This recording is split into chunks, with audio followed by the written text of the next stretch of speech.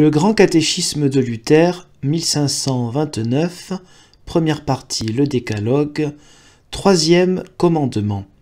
Tu sanctifieras le jour du repos. Nous avons dit jour du repos, d'après le petit mot hébreu sabbat, qui à proprement parler signifie chômer, c'est-à-dire cesser le travail. C'est de là que nous avons accoutumé de dire chômer la veille d'une fête ou célébrer une sainte veille. Or, dans l'Ancien Testament, Dieu a mis à part le 7e jour et l'a institué pour que l'on chôme et a commandé de regarder ce même jour comme plus saint que tous les autres. Et, en ce qui concerne ce repos extérieur, ce commandement n'a été imposé qu'aux Juifs. Ils devaient suspendre leurs gros travaux et se reposer, afin que tout ensemble, hommes et bêtes, reprissent des forces et ne fussent pas épuisés par un labeur constant. Plus tard, ils le restreignirent par trop et en mésusèrent grossièrement, de telle sorte qu'ils firent injure au Christ même, en ne pouvant souffrir de telles œuvres qu'eux-mêmes pourtant accomplissaient alors, ainsi qu'on le dit dans l'Évangile. Tout comme si ce commandement devait être accompli de telle sorte qu'on ne fit aucune œuvre extérieure, ce qui pourtant n'en était pas l'intention, mais au contraire, à y bien regarder, celle-ci, qu'il devait sanctifier le jour du repos, comme nous l'entendrons dire plus loin. C'est pourquoi ce commandement, selon cette acception grossière, ne nous concerne pas, nous, chrétiens, car c'est une chose tout extérieure et, comme d'autres prescriptions de l'Ancien Testament, liée à des coutumes, des personnes, des temps et des lieux particuliers qui toutes sont laissées libres maintenant par le Christ.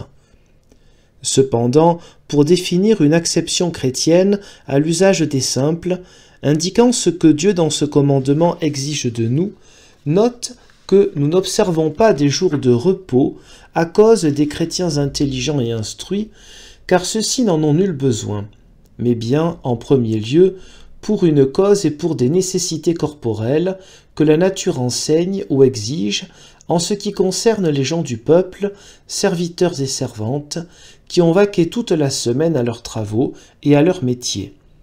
Ainsi qu'eux aussi, ils retranchent un jour pour se reposer et se refaire.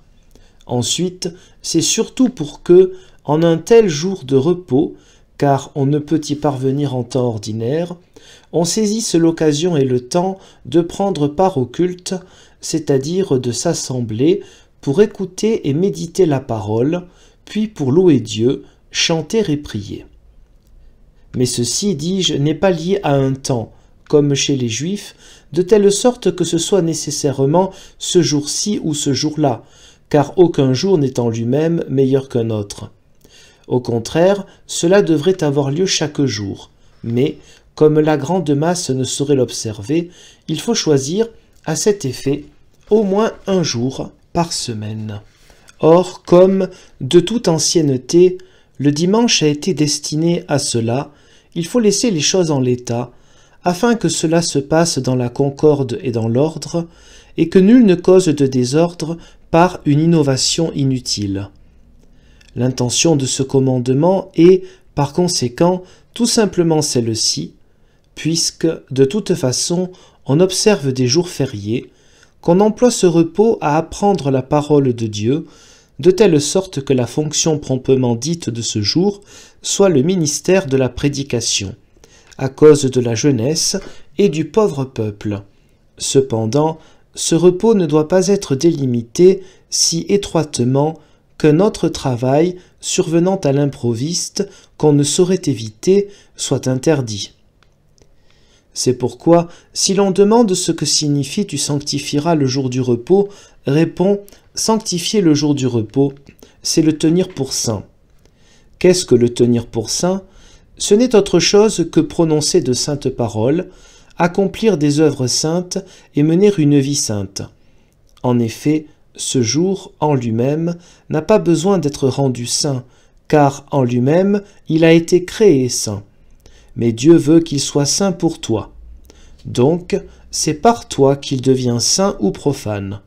selon les choses saintes ou profanes que tu fais ce jour-là.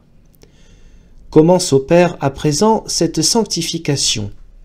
Non pas en restant assis derrière le poêle et en ne se livrant à aucun travail grossier ou en se mettant une couronne sur la tête et en revêtant ses plus beaux atours, mais bien, comme il a été dit, en méditant la parole de Dieu et en la mettant en pratique. À la vérité, nous autres chrétiens, nous avons le devoir d'observer sans cesse pareil jour du repos, de ne faire que des choses saintes, c'est-à-dire, journellement, méditer la parole de Dieu, la porter dans notre cœur et l'avoir à la bouche.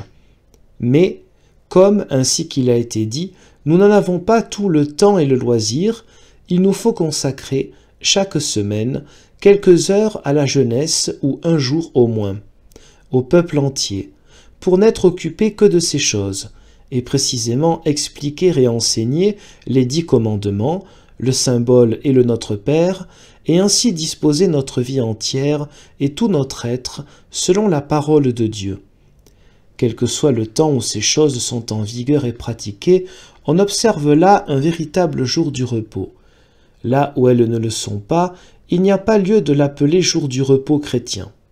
En effet, ceux qui ne sont pas chrétiens savent assurément aussi se reposer et rester oisifs, de même encore que tous les saints de nos ecclésiastiques qui, chaque jour, sont à l'église, chantent et agitent leurs sonnettes, cependant ne sanctifient pas le jour du repos, car ils ne prêchent ni ne mettent en pratique la parole de Dieu, mais la contredisent précisément par leur doctrine et par leur vie.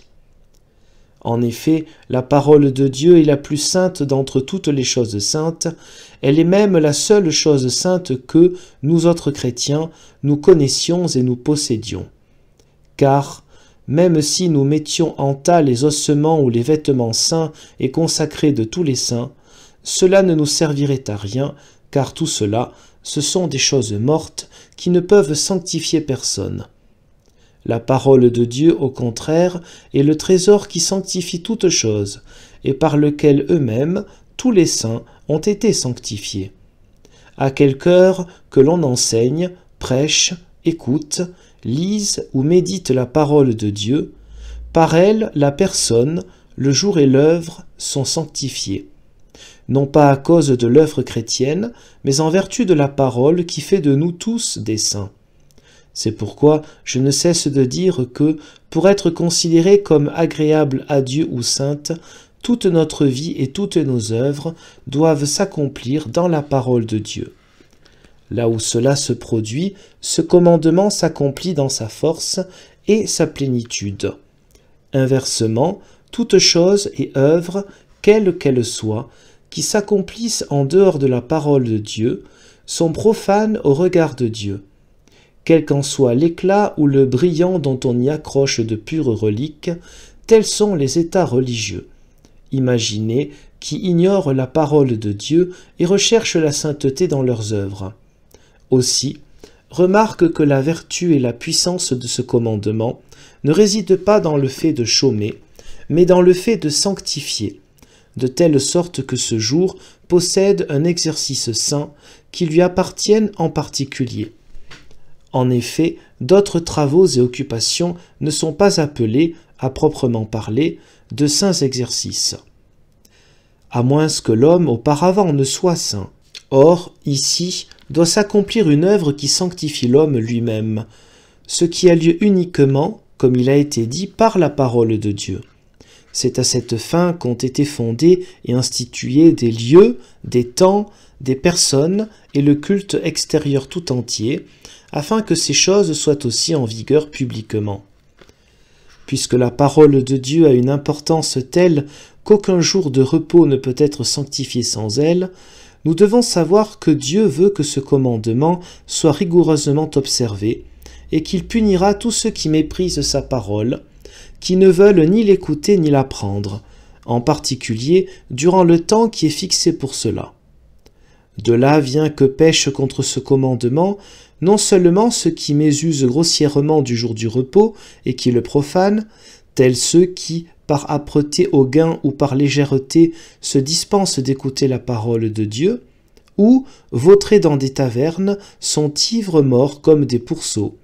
Mais encore ces autres gens qui écoutent la parole de Dieu comme quelque autre faribole et qui, par simple habitude, vont à l'église et en sortent et, quand l'année s'est écoulée, en savent cette année-ci aussi long que l'an passé.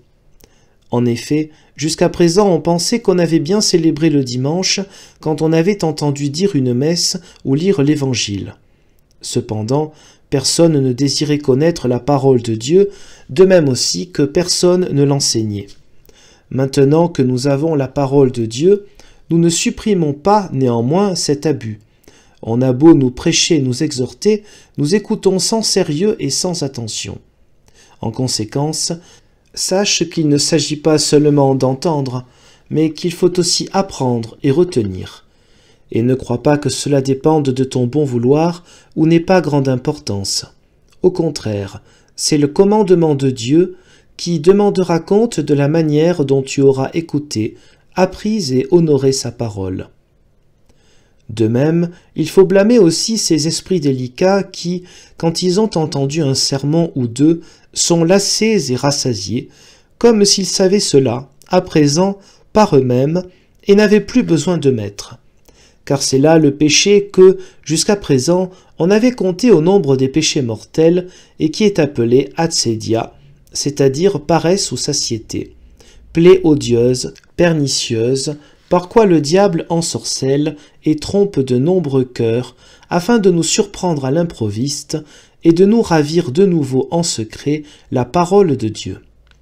En effet, tiens-toi-le pour dit, quand bien même tu saurais cela parfaitement et serais maître de ces choses, tu n'en es pas moins chaque jour sous l'empire du diable, qui n'a de trêve, jour et nuit, de t'épier afin de pouvoir allumer en ton cœur incrédulité et mauvaise pensée contre les commandements précédents et tous les commandements. Il est donc nécessaire que tu aies sans cesse la parole de Dieu dans le cœur, à la bouche et aux oreilles. Or, si le cœur reste oisif et si la parole ne retentit pas, le diable fait irruption et, avant que l'on ne s'en aperçoive, le mal est fait. Inversement, si l'on considère, si l'on écoute et si l'on met en pratique sérieusement la parole, elle possède cette vertu de ne jamais rester sans fruit, mais bien d'éveiller sans cesse une intelligence nouvelle, un plaisir nouveau et une méditation nouvelle, de susciter un cœur et des pensées pures, car ce ne sont pas des paroles inefficaces ni mortes, mais des paroles actives, vivantes. Et même si aucune autre utilité et nécessité ne nous poussait, ceci néanmoins devrait nous inciter à accomplir ce commandement que, par la parole, le diable est effarouché et chassé, qu'en outre, ce commandement est ainsi accompli et que cela est plus agréable à Dieu que toute autre œuvre brillante des hypocrites.